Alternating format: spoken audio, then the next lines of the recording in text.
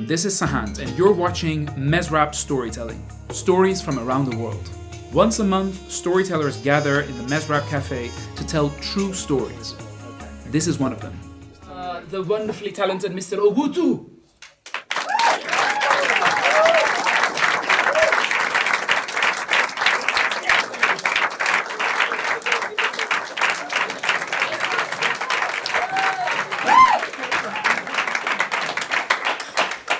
When I say Asuaye, you say ya ya. Asuaye? Ya ya. Asuaye? Ya ya. Asuaye? Ya ya. Alone I was, too young to die, standing on a wooden plank, my hands shaking like that of a drunk, blood oozing from my nose, drops of which landed on the ocean surface, and like a signal, a beacon, or a call, drew in sharks that suckled around for bait, my human flesh. The captain on board a gun, on his hand my blood he seeks for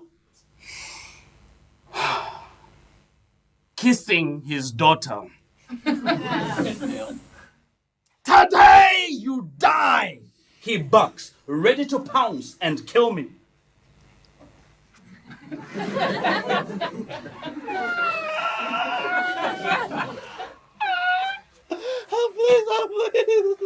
Please don't kill me. I plead for my life, rather embarrassingly. Enough is enough, shouts the daughter.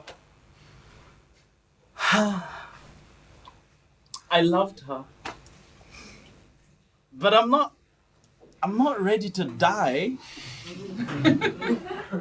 Asuaye? Yeah. Asuaye? Yeah. Now I know you must wonder how I got into this mess. Well, wonder no more, I will tell you my story, the tale of a plungeur.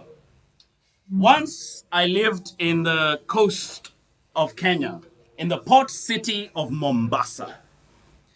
Now there, I lived in a neighborhood called Likoni.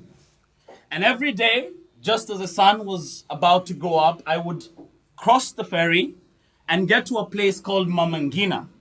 And Mamangina is like an area with corals where the sea had receded, and these corals had formed like kind of cliffs. And I would sit on top of them, staring straight out into the Indian Ocean, and I would just dream. I would dream of adventure in the high seas. I would dream of fun, of engagement, of sea. The sea, the ocean was calling me. So, by luck, and as they say, be careful what you wish for you just might get it. There was a job. Aboard a ship called the MV Msafiri. Msafiri is Swahili for traveler, and the traveler is what her crew like to call the ship. And so I found a job, and my title was plungeur, which is a very fancy term for a cleaner.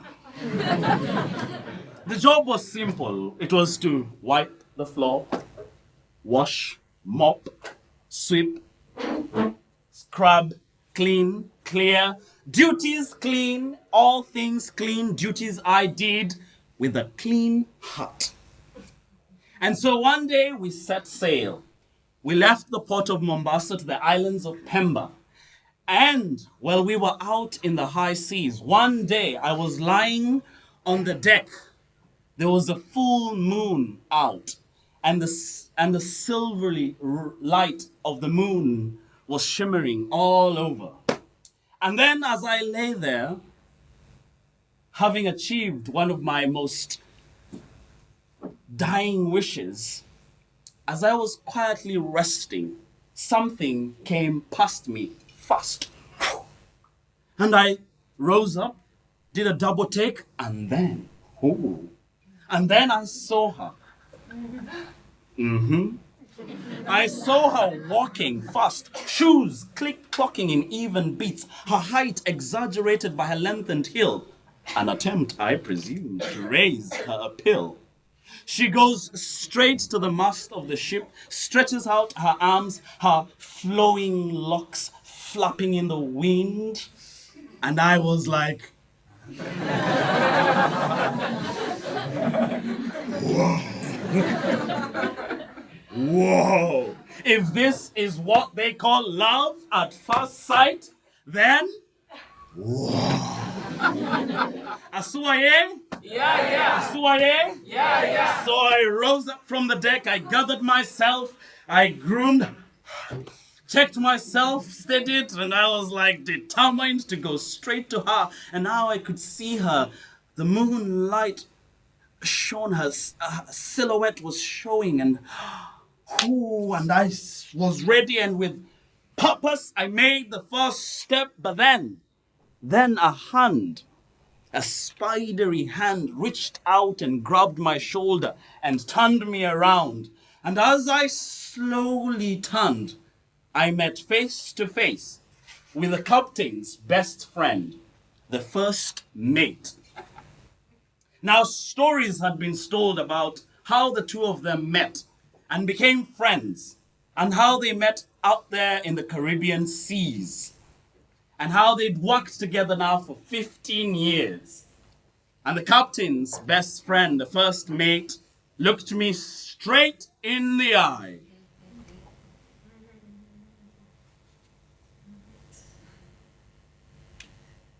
If you're thinking what I think you're thinking, then stop thinking.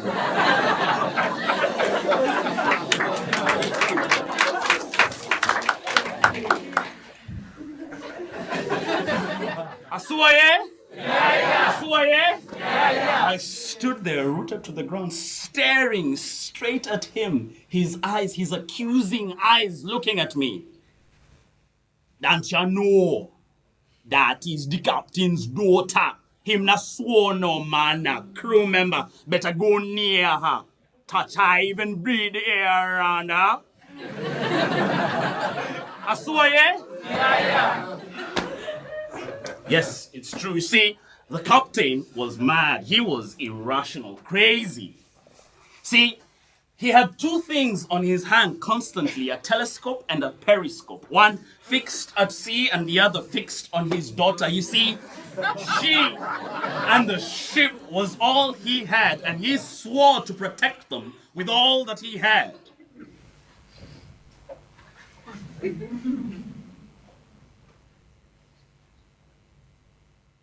If you're thinking what I think you're thinking, then stop thinking.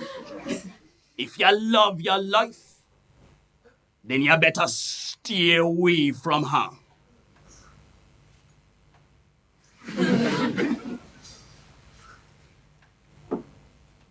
And then he walked away, leaving me there. I started pacing around, looking at her, looking down, looking at her, looking down, looking at her. I say to hell with it. I decided to go to her, and I went to her fast with a big smile on my face, and I said, "Hi, my name is," and she replied, "I don't care."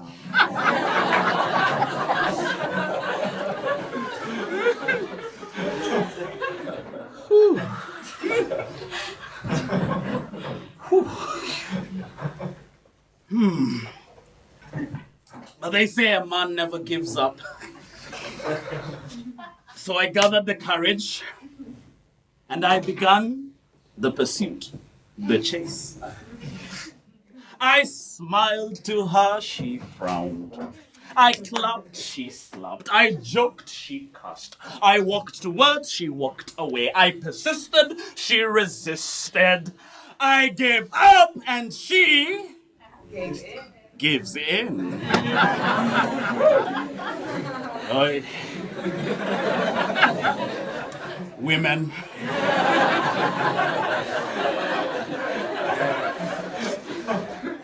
And so, the pursuit continued.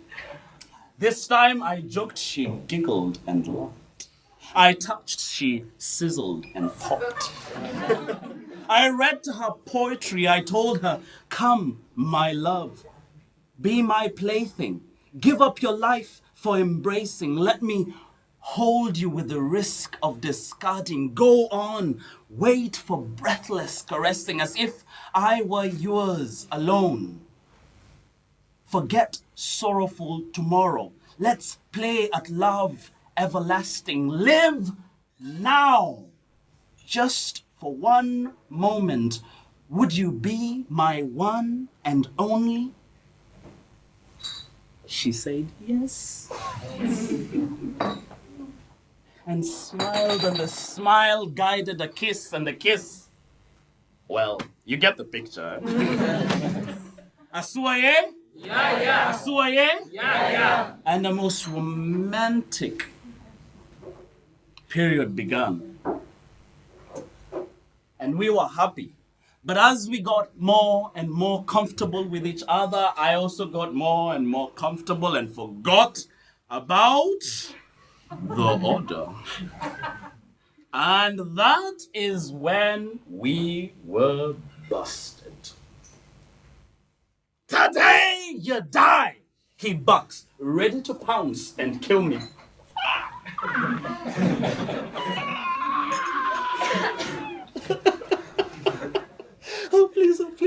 Please don't kill me. Enough is enough, shouts the daughter. Enough is enough, she shouts again and again and again and again and again. And he now, beyond with rage, turns to her and said, I heard you the first time. And she retorts, well, clearly you didn't listen. And she says, how dare, and he said, how dare you talk back at me? He swings his hands to slap her. She leans back, but the edges of his fingers brushes her right cheek.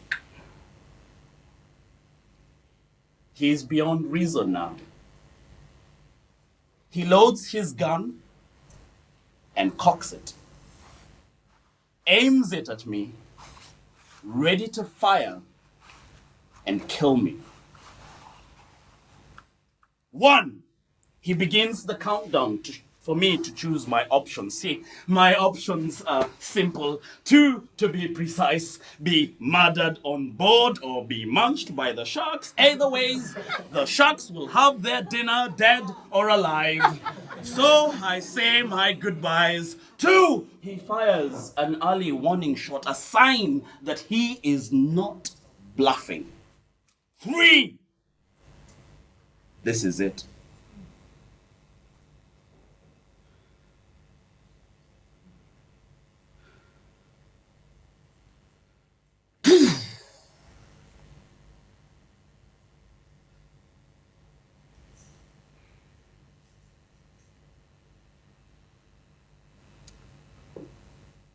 My lover, his daughter,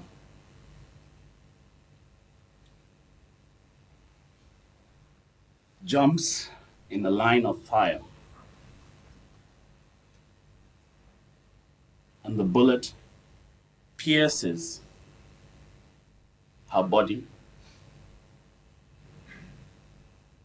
and literally travels from heart to heart. It lands on my chest, and there lay before the captain 2 dead lovers.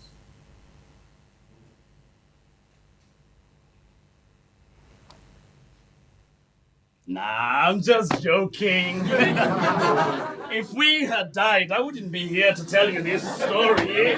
Asuaye? Yeah, Asuaye? yeah. Yeah, duh. See, what really happened, was that this whole drama had brought everyone, all the crew members up on deck to see what was happening. Everyone, including the cook. And the cook who had left a pot of soup boiling in the pressure cooker. And the soup, which could not take any more heat, burst out, blew up, spilling soup all over the place. Now, they needed me.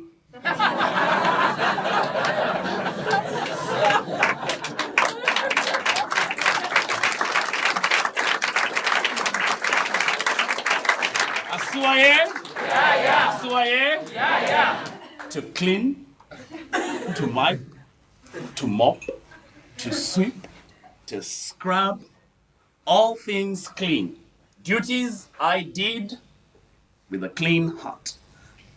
Thank you.